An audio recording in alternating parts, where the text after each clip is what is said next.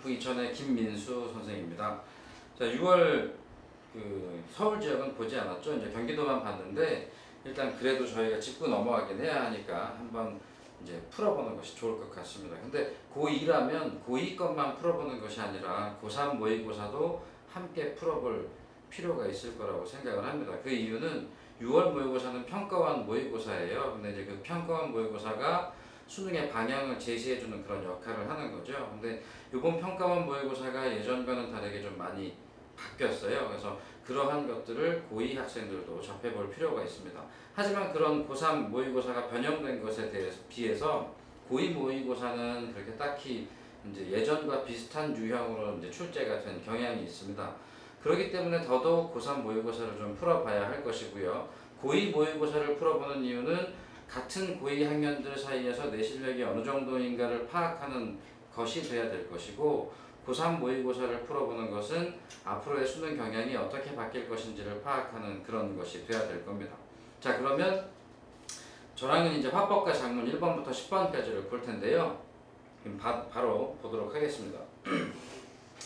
자, 첫 번째는 라디오 대담이라고 합니다. 근데 라디오 대담 같은 경우는 화법과 작문 같은 경우는 그러니까 지문을 먼저 다 읽고 문제를 푸는 것도 있겠지만, 그거보다는 시간을 단축하기 위해서 문제를 보고 지문을 보는 것이 더 좋을 거라고 생각을 합니다. 그래서 1번 문제를 한번 볼까요? A2에 나타난 참여자의 말하기 방식에 대한 설명으로 적절하지 않은 것은 이랬어요.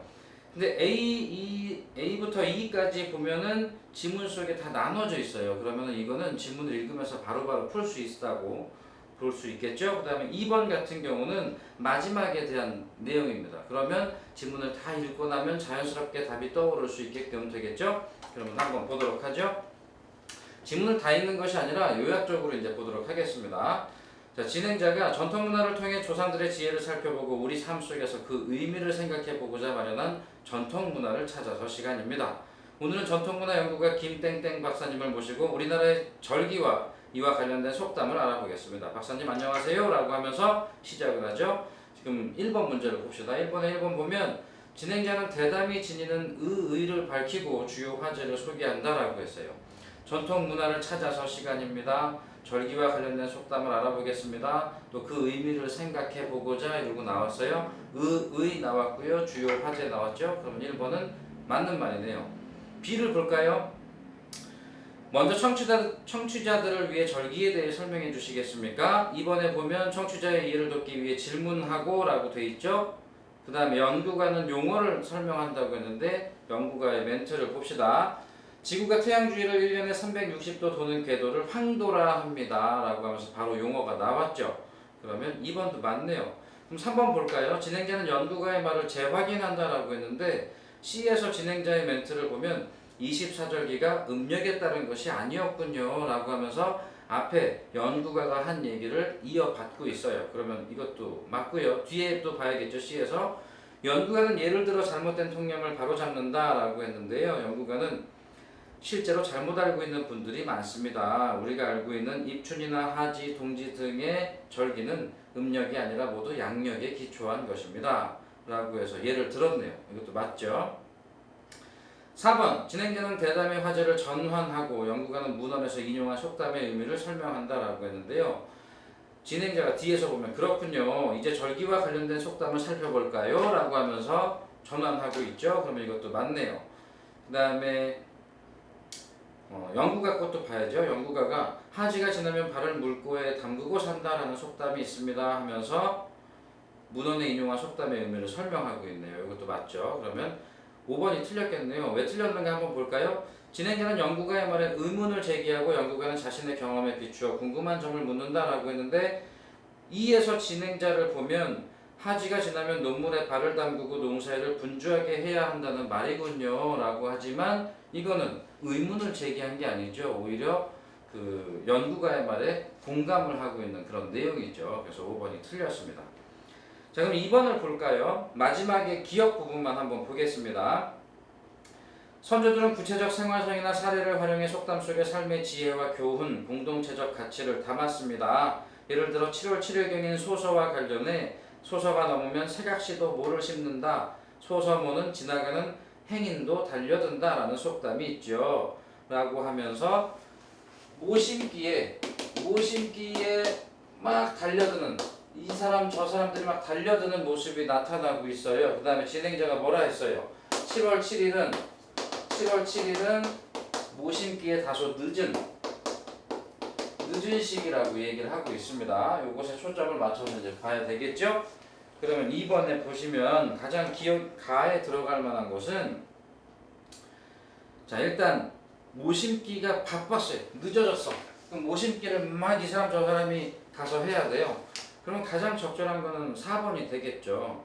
모심기와 관련이 적은 사람들끼리 모심기에 막 투입이 된단 말이에요. 그 이유는 시기가 늦어지면 안 된다라는 거죠. 적절한 때를 지켜야 한다라는 것이기 때문에 4번이 답이 되겠습니다. 네, 요거는 이렇게 해서 넘어가도록 하죠. 자, 그 다음에 이제 3번에서 5번 같은 경우는 토론입니다. 일반적으로 토론이 먼저 나오기도 했었는데 이번에는 좀 토론이 두 번째 문제로 나왔어요.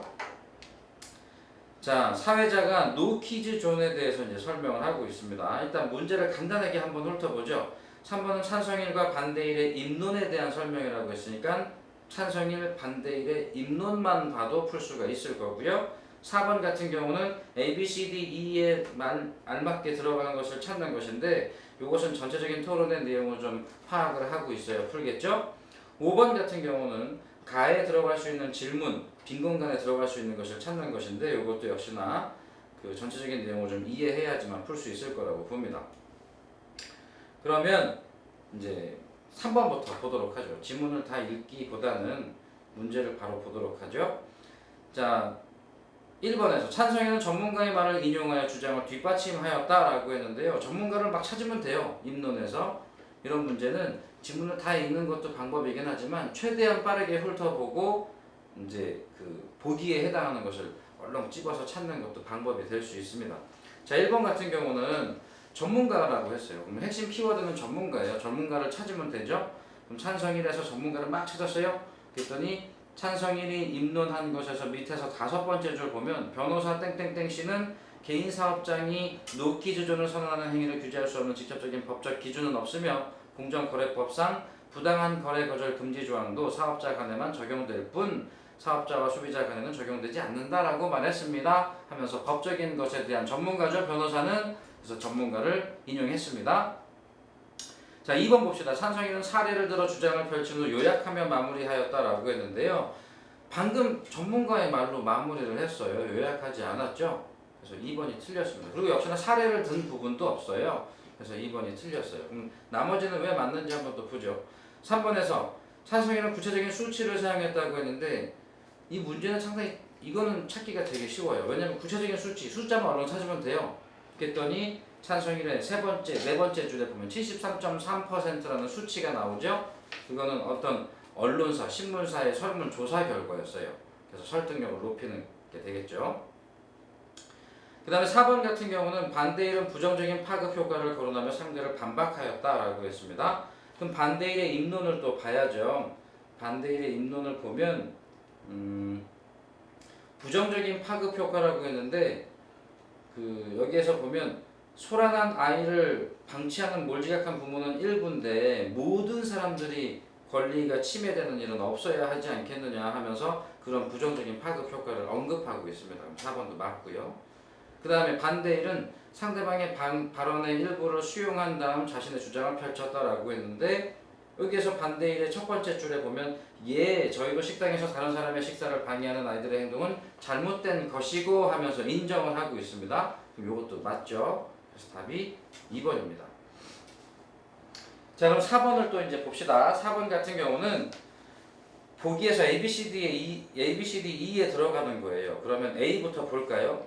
이제 제도적 법률적 장치에 대한 것인데 공정거래법과 같은 법률적 장치를 검토하여 해결 방안의 실현에 문제가 없음을 보여주었군 이랬는데요. 찬성일이 입론에서 한 맨 마지막 부분에 보면 변호사의 멘트를 인용했잖아요. 3번에 나왔었던 거죠. 교육청 예전에도 이제 제가 해설 강의를 하면서 말씀을 드렸던 것이긴 한데 교육청 모의고사의 특징은 문제 위에 문제에서 답을 찾을 수가 있는 경우가 많아요. 그래서 교육청 모의고사는 수능과는 조금 차이가 있죠. 그래서 평가원 모의고사를 여러분들이 3학년 꼭 풀어봐야 된다는 거 다시 한번 강조를 합니다. 일단 그 1번 같은 경우 그래서 찬성 1의 입론 마지막 부분에 변호사의 멘트를 인용한 부분에서 찾을 수가 있습니다. 맞고요. 2번은 어린아이를 둔 부모들의 의견까지 제시해서 공감대가 형성되었음을 보여주었어요. 어디냐면 찬성 1의 입론에서 중간 부분에 보면 심지어 어린아이를 둔 부모들도 반대보다 찬성을 많이 택했습니다 라는 걸 통해서 어필을 하고 있습니다. 그럼 맞고요. 3번은 인권에 대한 사회적 인식의 변화를 언급하며 찬성 측 해결 방안의 실현 가능성이 낮다고 지적하였군 이랬는데 이거는 반대쪽의 의견이니까 반대 측을 봐야겠죠. 마지막 부분의 반대일의 입론 부분에서 중간 부분에 보면 모든 아이의 권리가 침해되는 일은 없어야 하기에 노키즈존 도입 자체를 막아야 한다고 생각합니다. 또한 이것의 도입은 아이를 양육하기 힘든 환경을 조성해서 출산을 장려하는 어쩌고저쩌고 이렇게 나가는 그런 얘기까지 하고 있어요. 그래서 3번도 맞고요. 4번 같은 경우는 인력과 예산 문제를 들어서 해결 방안의 실현 가능성을 언급한 부분은 찾을 수 없군. 근데 여기에는 인력이나 예산 문제 같은 걸 언급한 부분은 없었어요. 그래서 틀렸고요. 5번은 그럴듯한 멘트긴 했는데 왜냐면 마지막 부분에 외국의 북미 지역의 얘기가 나왔잖아요. 근데 이게 틀린 이유는 북미 지역의 상황만 나왔어요. 여러 가지를 비교한 것이 나오지 않았습니다. 멘트를 끝까지 봐야 합니다. 보기 선지에서는 출제자의 의도를 파악해야 되는데요. 그러니까 아이들을 맞추게끔 문제를 내는 것도 있지만 출제자들은 틀리게끔 문제를 만들어야 되는 거죠. 그래가지고 판단을 하는 거니까 평가를 하는 거기 때문에 그래서 함정을 자꾸 줘요. 근데 여기 5번에서도 보면 외국에서라는 멘트를 사용한 것은 반대일의 입론 부분에 분명히 있었던 거니까 학생들은 여기에 이제 혹하게 될 거라는 거죠. 근데 여러 방안들을 비교한 것은 없어요. 북미 지역의 얘기만 나왔고요. 그리고 해결 가능성이 가장 높은 대안이라고도 볼 수가 없죠. 이건 개인의 의견일 뿐이니까. 그래서 5번은 틀렸습니다. 그럼 5번도 이제 볼까요? 5번 같은 경우는 기억 먼저 봅시다. 외국에서는 공간을 분리해 준다고 했어요. 그러면 공간을 분리한다는 얘기는 공간이 커야죠. 그래서 공간이 커야지만 가능한 거기 때문에 소규모 매장에서는 할 수가 없겠죠. 그래서 기억은 맞습니다. 가에 들어갈 교차 질문에 적절하죠. 그 다음에 니은 같은 경우는 노키즈존의 정착 가능성을 낮게 보셨고 그것의 도입을 막아야 한다고 하셨는데 근거는 무엇인가요? 라고 했는데 그 근거는 마지막 부분의 반대일이 입론에서 이미 제시하고 있어요. 그렇기 때문에 틀렸습니다. 소란한 아이를 방치하는 몰지각한 부모들의 일부일 뿐이라며 이를 사소하게 취급하는 것은 아닌가요? 라고 했는데요. 반대일의 입론 부분 중간 부분에 보면 소란한 아이를 방치하는 몰지각한 부모는 일부일 뿐인데 라고 했어요. 일부라는 것도 이거 개인적인 의견이에요. 그렇기 때문에 사소하게 취급하는 것이라 볼 수 있죠. 그래서 안 되고요. 그래서 답이고요. 맞는 말이고요. 리을 같은 경우는 왜 답이 아니었냐면 다른 이들에게 피해를 줄 때 퇴장을 요구할 수는 있지만 아예 출입 자체를 막는 것은 과잉 조치 아닐까요?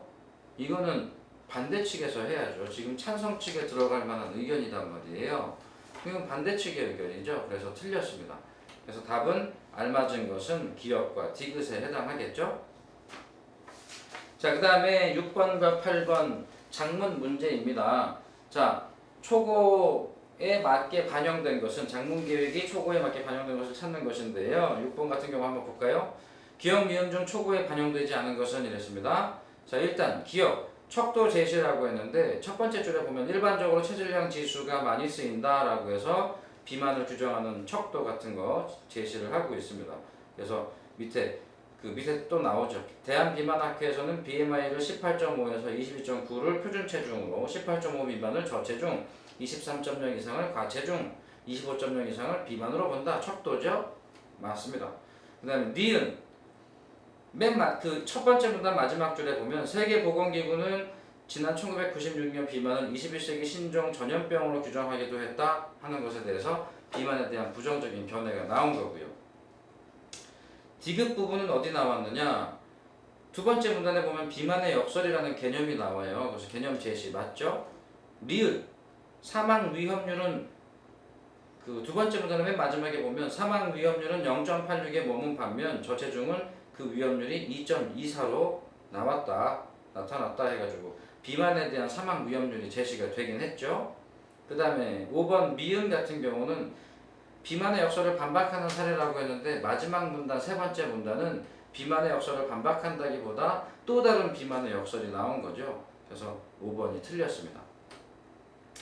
자, 7번 같은 경우 봅시다. 7번 같은 경우 좀 독특한 문제인데요. 일반적으로 이런 조건이 제시되고 그거에 알맞은 교를 찾는 것은 그 두 가지에서 세 가지 정도의 조건이 나오면서 하나는 꼭 학생들이 찾기 쉬운 조건이 제시가 됐었거든요. 글을 읽지 않아도 되는 비유법이 사용된 비유법을 사용하라는 등 과장법을 사용하라는 등 이런 것들이 나오는데 지금 여기는 그런 것들이 없어요. 전부 다 둘 다 내용적인 측면입니다. 상당히 좀 까다로운 문제죠. 읽을 수밖에 없는. 그래서 첫 번째 1번 같은 경우는 비만의 역설이 뚱뚱해야 건강하다는 의미는 결코 아니다. 다만 일부 사람들에게는 비만이 오히려 건강에 도움이 될 수도 있다는 것을 일깨우는 계기는 제공할 것이다. 어떤 의의라고 볼 수 있는 것은 나왔지만 당부가 나오지 않았어요. 그래서 틀렸고요.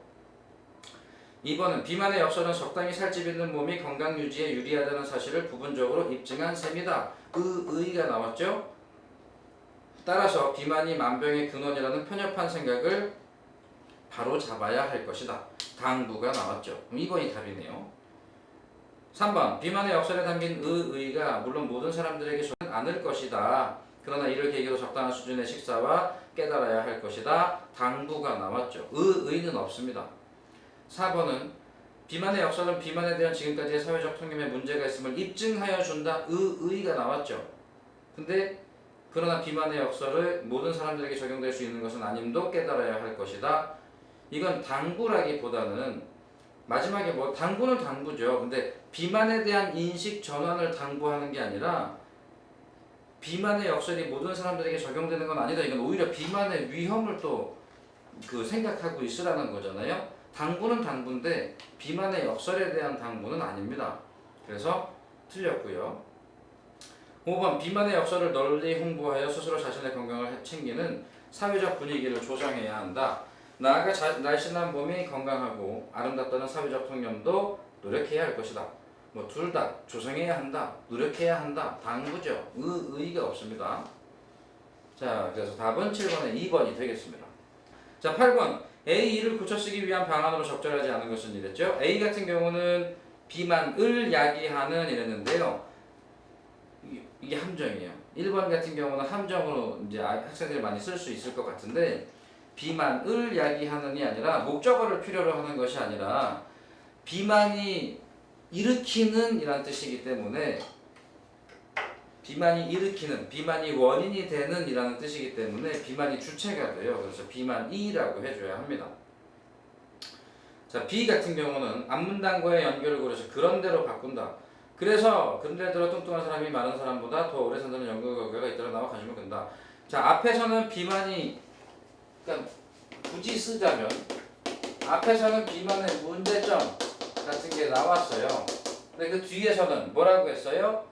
비만이 뭐라고 했죠? 비만이 오래 산다. 이런 표현이 나왔어요. 그러면 두 개의 내용이 반대돼요. 그렇기 때문에 그런 대로 바꿔주는 게 맞죠. 그리고 3번 같은 경우는 문장 흐름상 부적절한 단어이므로 끼친다로 고친다. 3번에서 미친다라는 의미는 어떤 의미냐면 어떤 대상에 힘이나 작용이 가해진다라는 뜻이에요. 그러니까 어떤 대상에 힘이나 작용이 가해진다, 미친다라는 뜻이라는 거죠. 근데 끼친다라는 것도 미친다라는 말과 비슷한 말입니다. 근데 지금 3번이 왜 틀렸냐면 그럼 끼친다로 바꿔도 되지 않냐? 근데 왜 틀렸냐면 부적절한 단어이므로 바꾸라고 했어요. 부적절한 단어는 아니에요. 바꿀 필요는 없는 단어인 거죠. 그래서 3번은 틀렸습니다. 자, 4번 면역세포가 만드는 게 아니라 면역세포가 만들어지는 거겠죠. 그래서 4번 만들어져서 맞고요. 5번에서는 치명적인 질환으로부터 보호하는 효과가 있다고 설명하였다. 뭘 보호할 건데요. 그래서 무엇을 이라는 게 빠졌어요. 그래서 5번도 맞게 고쳤습니다. 넘어가고요. 마지막 두 지문을 보겠습니다. 자, 해물탕을 좋아하는 어머니를 위해라는 그런 글이 수필에 나왔어요. 이건 짧으니까 읽어볼까요? 되게 감동적인 글이어서 해물탕을 좋아하시는 어머니를 위해 아버지께서 새벽같이 수산물 시장에 가신다기에 나도 따라 나섰다. 자, 해물탕 나왔어요. 9번 같은 문제를 미리 봤으면 좋은데 9번에 보면 해물탕, 재봉질, 수산물 시장, 맨발, 어머니의 발 이러고 나왔죠. 그럼 위 글을 읽으면서 그러한 멘트가 나올 때는 그거에 해당하는 보기를 보면 선지를 보면서 바로 해답을 찾는 경우가 이제 더 좋을 것 같죠? 그래서 봅시다. 해물탕 나왔어요. 근데 1번에 보니까 어머니를 위하는 아버지의 마음을 알겠구나. 맞죠? 아버지가 어머니를 위해서 해물탕 재료 사러 간 거잖아요. 맞고. 하지만 내 마음이 가볍지만은 않았다. 왜냐하면 어머니께서 발목 수술을 하여 지금 병원에 계시기 때문이다. 어머니는 17살 때 재봉 기술을 배우셨고 이후 그 일을 하면서 평생 우리를 뒷바라지를 해오셨다. 그런데 오랜 재봉질로 인해 오른쪽 발목의 연골이 심하게 닳아 절뚝거리는 정도가 심해졌고 얼마 전에 큰 수술을 받게 되셨다. 자, 2번에 재봉질 보면 어머니께서 자식들을 위해서 힘들게 사셨어요. 2번도 맞죠? 자, 오랜만에 나온 수산물 시장은 많은 사람들로 붐볐고 물건을 사고 파는 소리도 여전히 활력이 넘쳤다. 자, 수산물 시장 보니까 이전과 달리 삶의 활력을 느낄 수 있는 공간이구나. 뭐라고 돼 있었죠? 여전히 라고 돼 있었습니다. 그러면 3번이 틀렸네요. 이전과 달리 여전히 다른 말이죠. 3번이 틀렸고 그 다음에 계속 봅시다. 아버지는 단골 가게로 가시더니 수산물들을 이것저것 둘러보셨다. 그때 내 눈에 힘없어 보이는 조개 한 마리가 눈에 띄었다. 입을 조금 벌린 채 살짝 내민 속살. 그 순간 수업 시간에 배웠던 맨발이라는 시가 떠올랐고 어머니의 발이 생각났다. 가족들을 위해 쉴 새 없이 재봉틀을 발판을 눌러주시는 어머니의 발은 어쩌면 저 조개처럼 지쳐 가쁜 숨을 내쉬고 있었던 것은 아닐까. 그래서 4번에 보시면 어머니의 발을 떠올리게 하는구나. 4번도 맞죠? 자, 마지막에 시장을 나오면서도 수술실에 들어가실 때 보았던 어머니의 발이 계속 떠올랐다. 그러자 미안한 마음에 갑자기 눈물이 흘렀다. 평소에 내 방 청소 한 번 제대로 하지 않았던 일, 밖에서 기분 나빴던 일로 괜히 어머니께 짜증냈던 일, 나를 걱정해 주시는 말인데도 잔소리로만 생각했던 일들이 떠올랐다. 나는 어머니께 어떤 딸이 되어야 할까? 딸이었네요. 자, 그래서 보면 마지막에 어머니의 발, 어머니께 미안한 마음을 느끼게 하는구나. 맞죠? 답이 3번이었고요. 이제 마지막 10번 문제를 봅시다. 자, 조건이 주어집니다. 세 가지 조건. 글의 흐름에 맞게 문장을 구성하고요. 비유적으로 표현하라 했습니다. 근데 우리가 잘 봐야 합니다. 누구를 비유적으로 표현하라고 했냐면 어머니의 모습을 비유적으로 표현하라 했어요. 그 다음에 그리고 앞으로의 다짐을 드러내면서 글을 마무리해야겠어 라고 했어요. 그럼 세 가지 조건을 자꾸 안 쓰면 그러니까 일단 적어봅시다. 흐름에 맞게라는 것이 첫 번째 문장 그 조건이었어요. 두 번째는 어머니의 모습을 비유적으로 표현하라 했고요. 그 다음에 세 번째 뭐였죠? 앞으로의 다짐. 이 세 가지를 지키면 됩니다.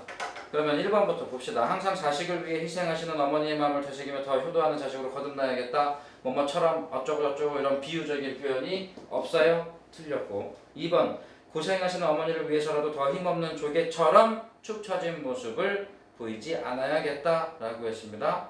다 맞는 것 같아요. 흐름에 맞게 다짐 맞죠? 근데 하지만 비유적인 게 조개처럼이라는 게 나왔지만 그건 누굴 비유한 거예요? 자기 자신의 모습을 비유한 거죠. 그래서 어머니를 비유한 게 아닙니다. 틀렸어요. 3번 재봉틀의 발판을 쉴 새 없이 눌러대시던 어머니처럼 재봉틀을 발판을 쉴 새 없이 눌러대시던 어머니처럼 항상 주어진 일에 최선을 다하며 살아야겠다. 자, 어머니처럼 비유했지만 결국 자기 자신을 어머니처럼에다가 비유한 거죠. 틀렸습니다. 속살을 내민 조개처럼 지쳐가는 어머니의 모습을 생각하며 2번 두 번째 거 나왔죠? 비유적인 거. 부끄럽지 않은 자식이 되도록 노력해야겠다. 다짐 나왔어요. 흐름에 맞게도 했죠. 4번이 답이고요. 5번은 어머니를 속상하게 했던 지난 시간들을 반성하며 앞으로는 어머니를 걱정시키지 않는 자식이 되어야 되겠다. 비유적인 표현이 없습니다. 다짐은 있지만 비유적인 표현이 없죠. 그럼 답은 4번입니다. 여기까지 10번 문제까지 보셨습니다. 나머지는 이제 다른 선생님들과 이제 계속 진행을 하셔서 보시도록 하시고요. 다시 한번 말씀을 드리지만 고2 학생이라면 고2 모의고사만 풀어보는 것으로 끝내서는 안 됩니다. 그래서 고3 평가원 모의고사를 반드시 풀어보시고 나는 고3들과 싸웠을 때 어떤 정도의 능력이 있는지 그런 것들을 판단해 보시면 좋을 것 같습니다. 네, 지금까지 김민수였습니다. 감사합니다.